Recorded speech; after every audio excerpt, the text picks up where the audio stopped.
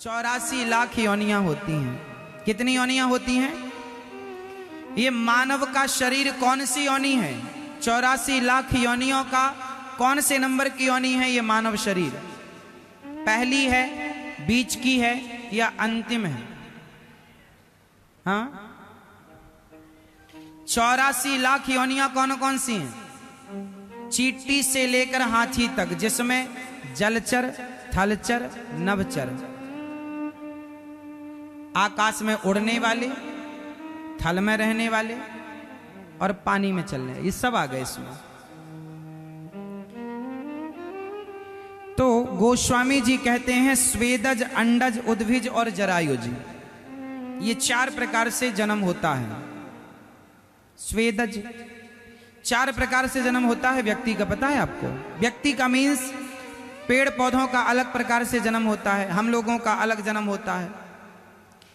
मुर्गा मुर्गियों का अंडे के रूप में अंडज कहते हैं उन्हें, हमें कहते हैं जरायुज।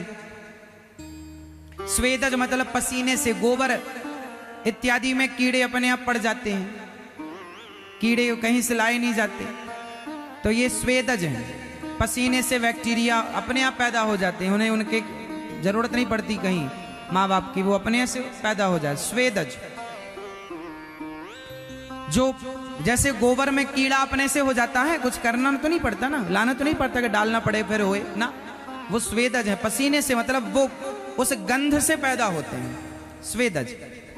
फिर होते हैं अंडज, जो अंडे से पैदा हो, अंडे से मुर्गी इत्यादि और भी जितने अंडा से पैदा, वो अंडज हैं। स्वेदज वो जीव जंतु हैं और अंडज हैं। फिर उद्भिज, उद्भिज मतलब जैसे जमीन फाड़ के,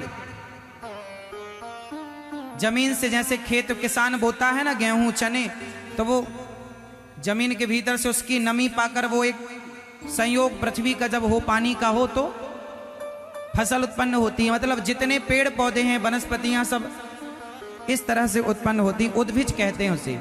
और जरायुज एक झिल्ली में लिपटा हुआ, उससे जो पैदा हो, जैसे आप और हम कैसे हम झिल्ली में लिपटे रहते हैं माँ के पेट में, उसी तरह गाय, उसी तरह भैंस, उसी तरह बकरा बकरी, ये सब जरायुज कहलाते हैं।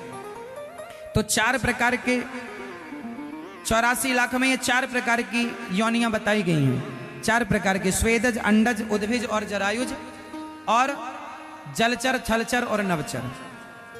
3 प्रकार वो और 4 प्रकार ये, और टोटल मिलाओ सबकी तो 84 लाख योनियां। इन 84 लाख योनियों में हमारा जन्म आखिरी जन्म है। इस मानव के शरीर से अब अच्छा कर्म कर लोगे तो पार हो जाओगे, और अब भी गलतियां कर गए तो फिर 84 आखिरी में जाकर यदि बच्चा एग्जाम देने में लापरवाही करे तो फिर फेल हो जाएगा, फिर पाठ 1 पढ़ना पड़ेगा, लेसन 1 पढ़ना पड़ेगा। मनुष्य के शरीर को पाकर भजन ना किया, भगवान को ना पाया, तो फिर 84 का चक्कर उठाना पड़ेगा, झेलना। फिर जन्म लो, फिर नाली का कीड़ा से शुरू करो, फिर मक्खी बनो, फिर सुअर बनो, फिर झेलते झेलते ये बड़े भाग्य से मिला। इसलिए अब ऐसे कर्म करना कि ये जन्म और मृत्यु के कुचक्र से निपट जाओ। जन्मत मरत दुसह दुख होई, बड़ा दर्द होता है मेरी माँ, बड़ा कष्ट होता है। व्यक्ति जब जन्म लेता है ना, बड़ा दर्द। आद्य शंकराचार्य जी कह रहे हैं, पुनरपि जननम पुनरपि मरणम पुनरपि जननी जठरे शयनम। जन्म मृत्यु के चक्र से बचना चाहो तो भज गोविंदम गोविंदम भज मूढ़मते। जो भगवान का की शरण लेता है, जो भगवान का आश्रय लेता है, वह जन्म और मृत्यु के चक्र से बच जाता है। बोलिए भक्तवत्सल भगवान की जय। इस प्रकार गोस्वामी जी सबको प्रणाम करते हैं, और सबको प्रणाम करते हुए गोस्वामी जी भगवान ब्रह्मा जी को प्रणाम, शिव जी को प्रणाम, नारद जी को प्रणाम, देवताओं को, संतों को, असंतों को, दशरथ जी को, कौशल्या मैया को, सुमित्रा मैया को, कैकेयी मैया को, राम जी को, राम के नाम को, माता सीता को, माता सीता के चरणों को, श्री भरत जी को, श्री लक्ष्मण जी को, श्री हनुमान जी को, सबको प्रणाम करते हैं। गेरा अर्थ जल बीच सम, कहियत भिन्न न भिन्न, बंदऊ सीताराम पद, जिनहि परम प्रिय खिन्न। राम और सीता 2 हैं कि 1? उत्तर दो। राम और सीता दो हैं या एक? बताओ आप, ये दो हैं कि एक? जोर से।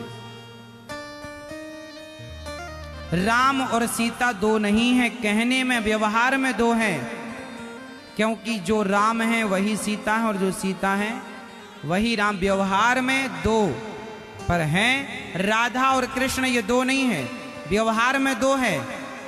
लक्ष्मी और नारायण व्यवहार में दो है, सीता और राम व्यवहार में दो है, पर है एक। इन्हें कभी अलग नहीं मानना चाहिए। इस प्रकार से गोस्वामी जी कहते हैं, राम नाम मणिदीप धरूं, जी है देहरी द्वार, तुलसी भीतर बाहिरो, जो चाहत उजियार। राम नाम मणिदीप धरूं।